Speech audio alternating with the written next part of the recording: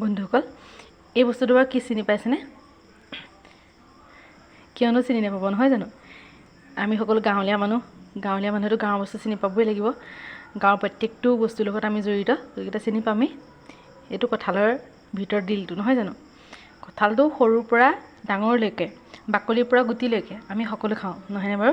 কিন্তু কঁঠালৰ দিলটো বাৰু কেতিয়াবা খাই চাইছেনে? নিশ্চয় কিছু কিছুৱে খাইছে, কিছু কিছুৱে খোৱা নাই। এই কঁঠালৰ দিলটোৰ এটা বহুত সুন্দৰ টেষ্ট আছে, যাৰ বাবে এনেকৈ আজি মই বনাওঁ বুলি ভাবিছোঁ। আজি কেইবাদিন হ'লেও বনাম বুলি ভাবি থকা, কিন্তু বনোৱা হোৱা নাছিল। আজি ভাবিছোঁ বনাই পেলাওঁ। গতিকে কেনেকৈ বনাম তাকে আপোনালোকৰ লগত শ্বেয়াৰ কৰিম। এদিন আপোনালোকেও বনাই খাই চাবচোন কেনেকুৱা লাগে। এতিয়া ব'লক বনাবলৈ ৰেডি কৰোঁ। দিলটো আচলতে অকণমান সৰুৱে হ'ল, ইমানকণ মানুহে ওলালে বাৰু। যিয়ে নহওক এইকণকে আজি বনাম। এইটো চাওক, মই এনেকৈ ধুনীয়াকৈ বাকলি গুচাই চাফা কৰি ল'লোঁ। এইটো দিছেনে? ভিতৰটো ইমান ধুনীয়া দেখিবলৈ, এইটো পূৰা কোমল। এতিয়া এইটো বনাওঁতে সদায় কেঁচা কঁঠালৰ দিলটো ব্যৱহাৰ কৰিব। পকা কঁঠালটো ব্যৱহাৰ কৰিলে অকণমান চেণ্ট এটা আহে, খাবলৈ ইমান ভাল নালাগে। গতিকে কেঁচা কঁঠালটো ইয়াৰ কাৰণে ভাল। এতিয়া মই টুকুৰা টুকুৰকৈ কাটি ল'লোঁ, আৰু এনেকৈ টুকুৰাকৈ মই দুটামান আলু কাটি ল'ম। এতিয়া দুটা আলু মই টুকুৰাকৈ কাটি ল'লোঁ। এতিয়া ইয়াতে অকণমান হালধি নিমখ সানি দুইভাগ অলপ অলপ ফ্ৰাই কৰি ল'ম। সেয়া ধুনীয়াকৈ মই অকণমান ফ্ৰাই কৰি ল'ম। অকণমান ৰঙা বৰণটো অহালৈকে ফ্ৰাই কৰিম। আচলতে এই গোটেই ৰেচিপিটোৱে মাংস বনোৱাৰ দৰে। কঁঠালৰ ডিলাকণ মোৰ ভজা হৈ গ'ল। এতিয়া মই একেখিনি তেলতে আলুখিনি ফ্ৰাই কৰি ল'ম। আলুকণ ফ্ৰাই হ'ব দি বেলেগ এটা কামত যাওঁতে আলুখিনি অকণ মোৰ বেছিকৈ ফ্ৰাই হৈ গ'ল, হ'লেও কোনো কথা নাই। এতিয়া আলুখিনি মোৰ ফ্ৰাই কৰা হৈ গৈছে। এয়া অকণমান মই পিঁয়াজ এনেকৈ কাটি লৈছোঁ, আৰু কাষতে অকণমান আদা নহৰু লৈছোঁ। দুটা বিলাহী কাটি লৈছোঁ। এইকেইটা মই পিহি ল'ম মিক্সিত দি।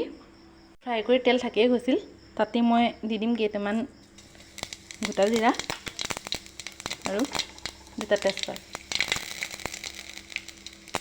এতিয়া ইয়াতে দি দিম মই পিঁয়াজখিনি।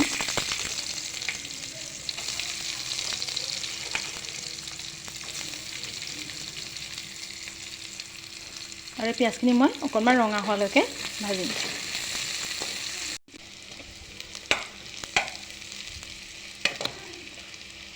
এতিয়া ইয়াতে মই দি দিম আদা নহৰুকণ।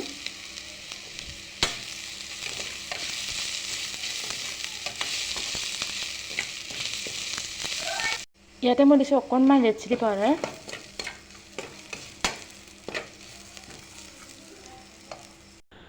এতিয়া দিছোঁ অকণমান হালধি, আন্দাজমতে দিলেই হ'ব।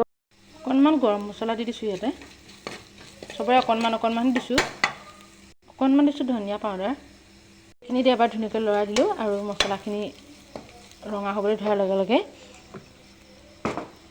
তাত মই বাটি অনা বিলাহীখিনি দি দিছোঁ।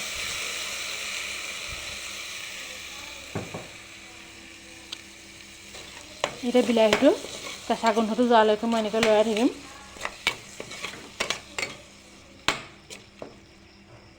এতিয়া বিলাহীৰ পৰা কেঁচা গোন্ধটো নোহোৱা হ'ল, আৰু মছলাখিনিয়ে তেল এৰিবলৈ আৰম্ভ কৰিলে। আৰু এতিয়া ইয়াত মই অলপমান গৰম পানী দি দিম।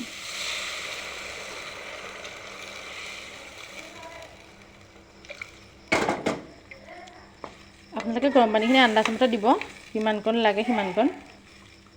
পানীখিনি উতলিবলৈ আৰম্ভ কৰিছে। এতিয়া ইয়াত মই ফ্ৰাই কৰি লোৱা কঁঠালৰ ডিলাখিনি আৰু আলুখিনি একেলগে দি দিম। ধুনীয়াকৈ এবাৰ লৰাই দিম। অকণমান নিমখ দিম, যিহেতুকে ফ্ৰাই কৰোঁতে অকণমান নিমখ দিয়া আছিলে, গতিকে মই অকণমান দিম।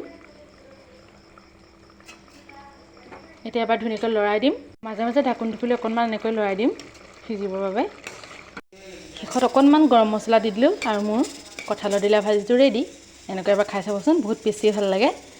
আজিলৈ এইটো ৰেচিপি আপোনালোকলৈ আগবঢ়ালোঁ। আকৌ এটা বেলেগ ৰেচিপিলৈ আপোনালোকৰ ওচৰলৈ আহি আছোঁ। আজিলৈ বাই বাই।